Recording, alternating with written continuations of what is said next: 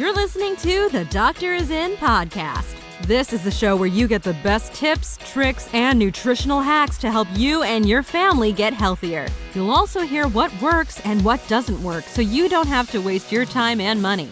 All right, let's get started.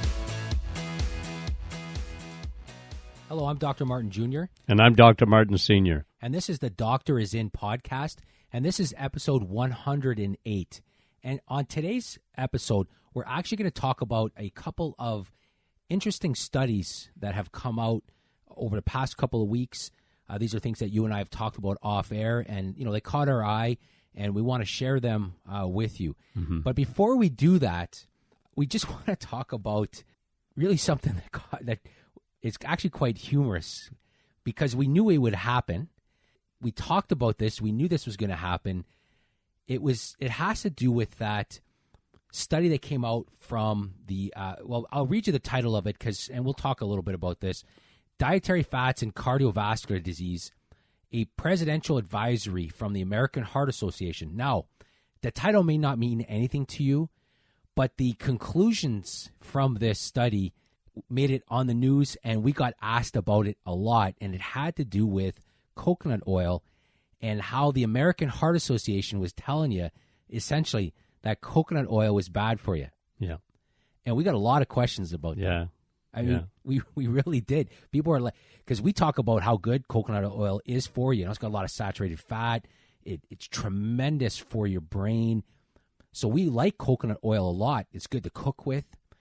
And, of course, this thing comes out. The news loves these kind of things. Threw it on all the news cycles. People blogged about it. People shared it on Facebook. And then next thing you know, people are confused. What's going on? I thought coconut oil is good for me. The American Heart Association is saying it's not. So what's the deal? Now, we always say this. The American Heart Association is the same one that would put check marks on highly sugared foods because they were low in fat and telling you that they were good for your heart. Yeah, exactly. I always say they put a heart on the cereal boxes because if you eat it, you're going to get a heart attack. Guaranteed. What caught our eye, and no news about this whatsoever. No. I mean, is the retraction?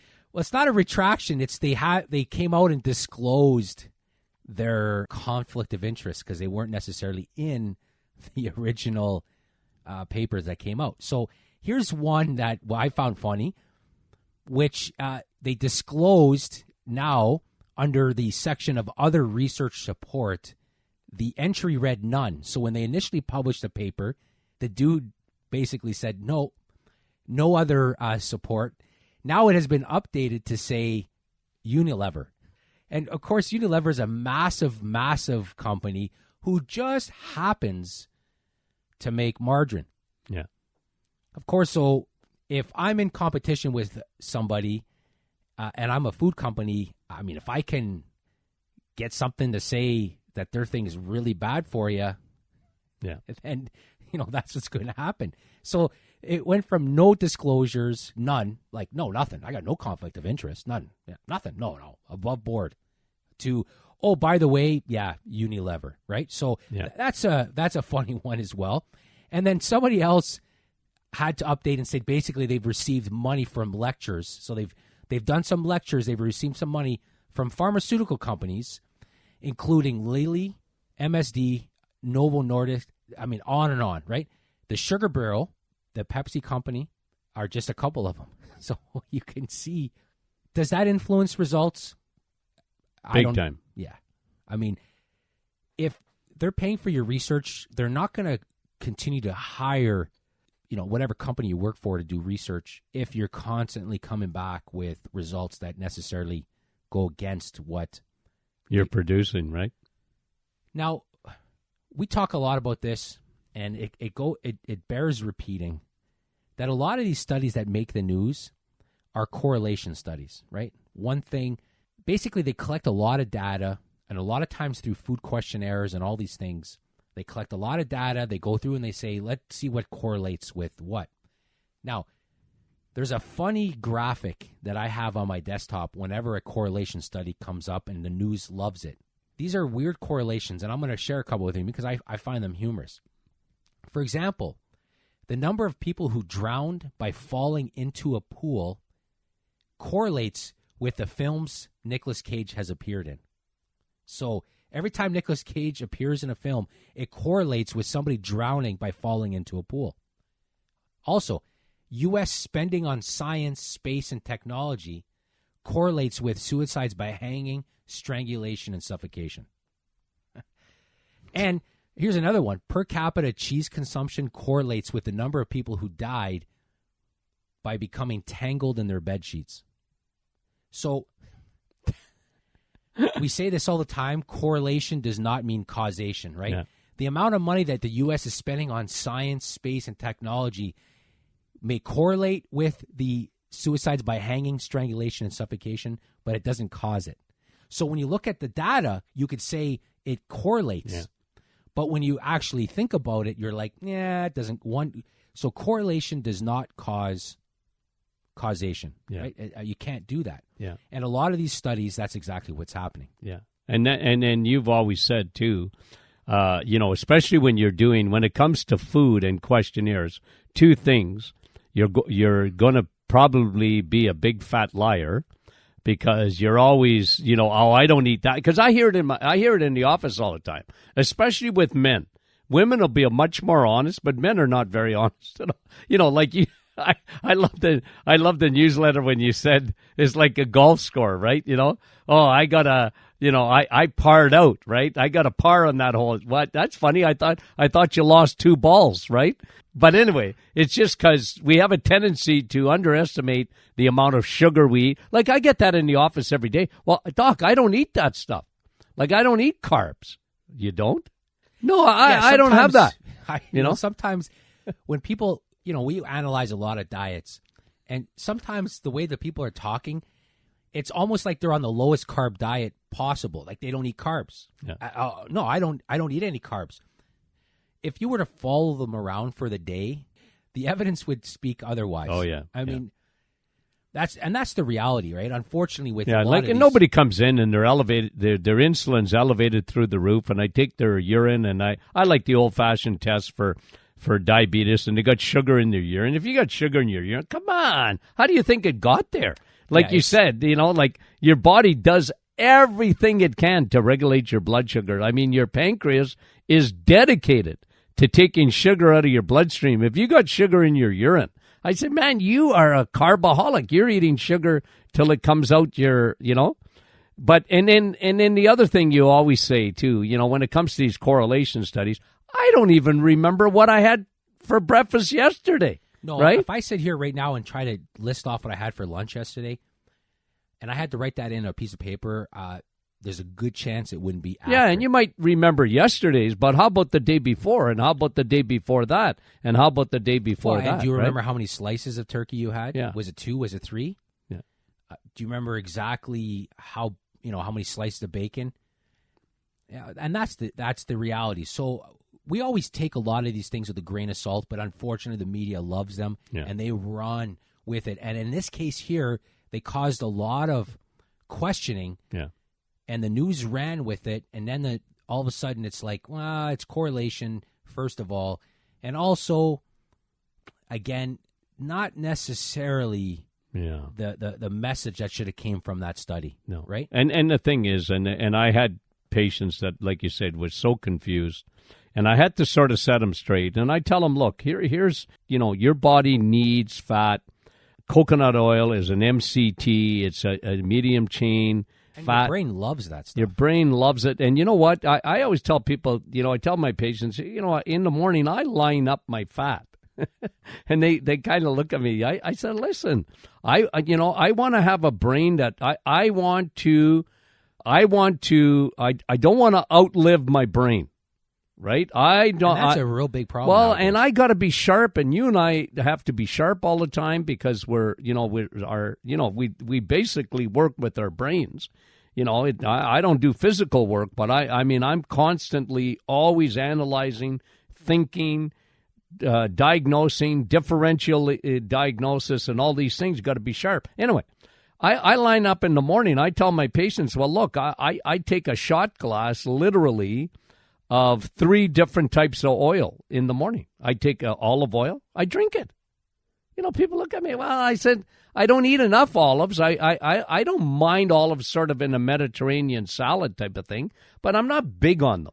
An extra virgin, cold-pressed, organic olive oil, I take a shot glass of that every day because I know that oil is good for me. I take a shot glass of fish oil every day. I take high DHA, which I'm sure we're going to talk about hopefully today, DHA oil because I know what it does for my brain and my heart and blah, blah, blah. I take coconut oil. I put it in my coffee because I have it in an MCT oil, the MCT oil, which is a combination of coconut oil and palm oil, which are just healthy fats. And fat don't make you fat, and fat don't give you cholesterol. No, and your brain absolutely needs it, yeah. Right? Your brain, we talked about this before, but DHA is the fuel that your brain needs, right? So fats are good for your brain. If you want to have a healthy brain as you age, then absolutely. And then I put olive oil on my skin. Coconut oil on my skin. Yeah. I use coconut oil as a sunscreen. And every part of coconut, right? A lot of people do that. It's a great way to keep your skin healthy. Mm-hmm. That's the reality. There's nothing negative about it. Well, let's talk real quickly about omega-3 and specifically DHA and EPA, which we absolutely love. A new study came out not that long ago that showed that those in the omega-3 group, so those that were taking omega-3, were 5 times more likely to have optimal cardiovascular health after the treatment compared to those who didn't, right? Mm-hmm. So, we always talk about the effect that DHA and EPA have on your brain and the effect that it has on your joints, the effect that it has on your skin. But at the end of the day, it's also, one of the best things that you can do for your heart. Well, it douses that inflammation, right? It literally lowers the inflammatory markers in your body. Tremendous, right? Cardio. And you know what? Just to, by the way, you know what? They would hate to admit it, but I haven't met a cardiovascular, I haven't met a cardiologist yet that wouldn't agree about this one thing. They would all agree. And if they don't, they're literally dinosaurs. They would all agree, yes, the studies have shown that that omega-3 is very good for your heart. And this study here was well done. It was a randomized, placebo-controlled, double-blind trial. And what I liked about the study, because a lot of the times when you see a study that says, omega-3 didn't work, it's because when you look at the methods of the study, they gave them like 1,000 milligrams, like a gram of it, like it's supposed to do miracle work. This study went higher. They did 4 grams. Now, all they say in the study is that it's 4 grams a day of fish oil, or the other group got the placebo.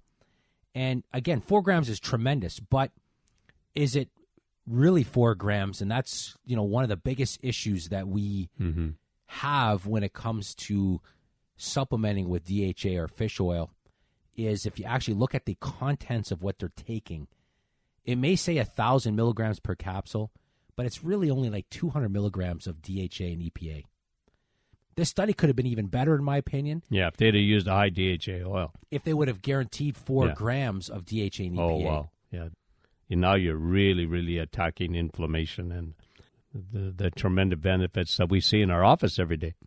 So that's one study. Now, another study that caught your eye had to do with ketogenic and the brain. Do you want to talk about that? Yeah, well, it was kind of interesting because I was speaking at a medical conference on the weekend, and this study came out, and I found it fascinating that, of course, we love the ketogenic diet and how good it is for everything, right? It's anti-inflammatory, it's anti-aging, it's anti-cardiovascular, it's anti-cancer, it's anti-diabetic, right? So we're very big on ketosis, but in the brain, there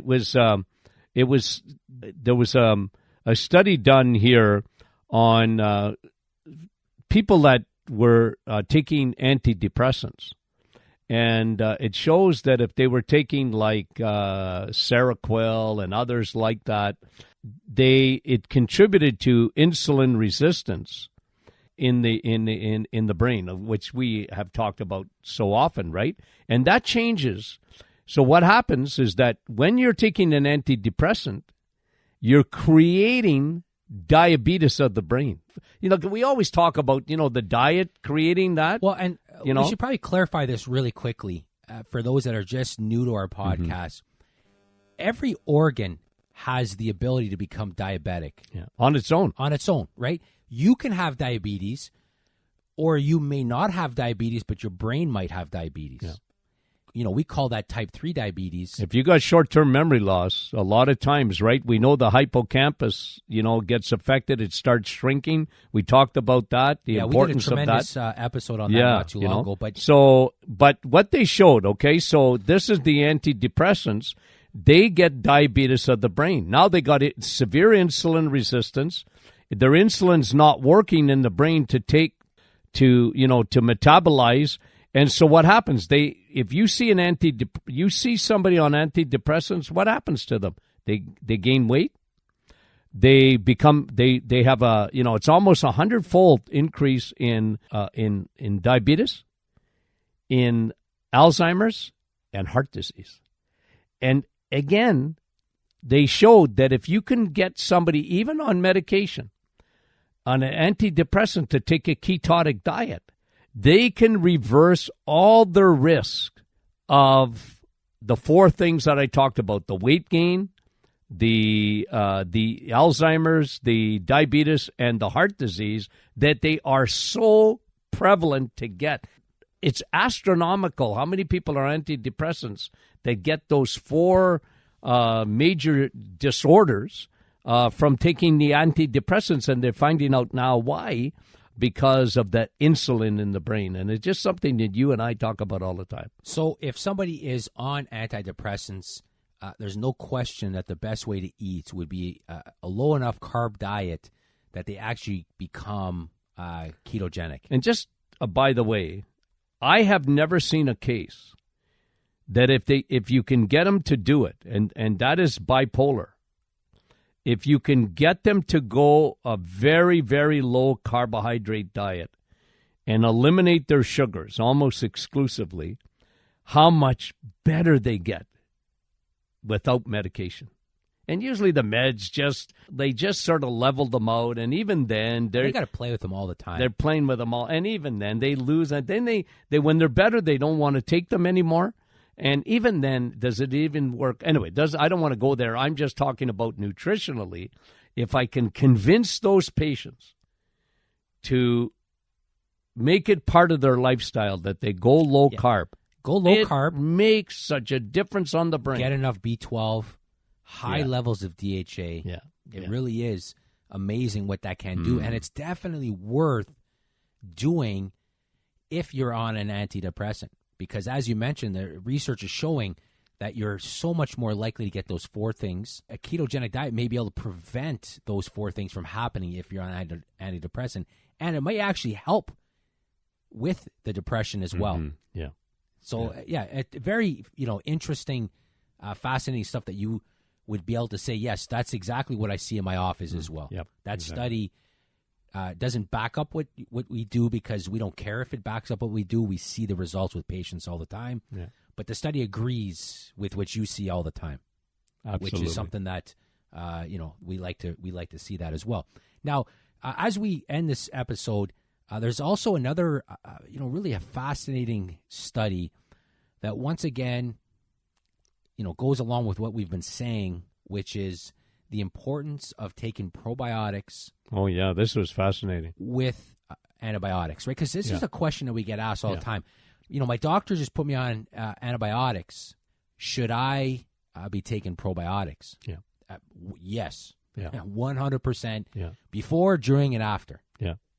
And the study shows what? It shows, right, that once you take an antibiotic, okay, it kills, like we always said this, that it doesn't know what to kill. It kills the good, it kills the bad. The problem is, and this is fascinating about this study, is that it shows that when you take an antibiotic, you are left with, there's a residue that is left in the gut of bacterial endotoxins. And so, we didn't really know that maybe so much before. We just know that they killed everything. So now you don't have enough friendly bacteria. So now they're almost leaving like a fingerprint behind. They leave, and this, in my opinion, is why there's so many superbugs too, right? That they're developing all this resistance. But now they're showing if you don't take a probiotic. And you know what? There's a lot of physicians that are telling their patients to take a probiotic, but there's just too many that are not doing it yet. Like, hello, just do some reading on the importance of probiotic, and you'll see. So, folks, listen. If you have to take an antibiotic for whatever reason, you take a probiotic, like you said, before, during, and after, and make sure after, because the big thing is these endotoxins. You have to replace your bacteria, true, but number two, these probiotics will go after that residue of endotoxins, these bacterial endotoxins that are left in the gut and probably in the sinuses and probably in the brain and probably, everywhere. And this is why there's so many side effects to antibiotics. But that's another podcast. Yeah, so, very fascinating studies. But, again, we're out of time. The key takeaway from this episode is, get more DHA. Can never go wrong by getting more fish oil. Yeah. Also, that whole coconut study. Debunked. Yeah, garbage. We don't like it. We didn't like it then. We definitely don't like it now. It goes against what we see in our clinic. And if you're taking antibiotics, you absolutely should be on probiotics as well. So we want to thank you for listening to this episode.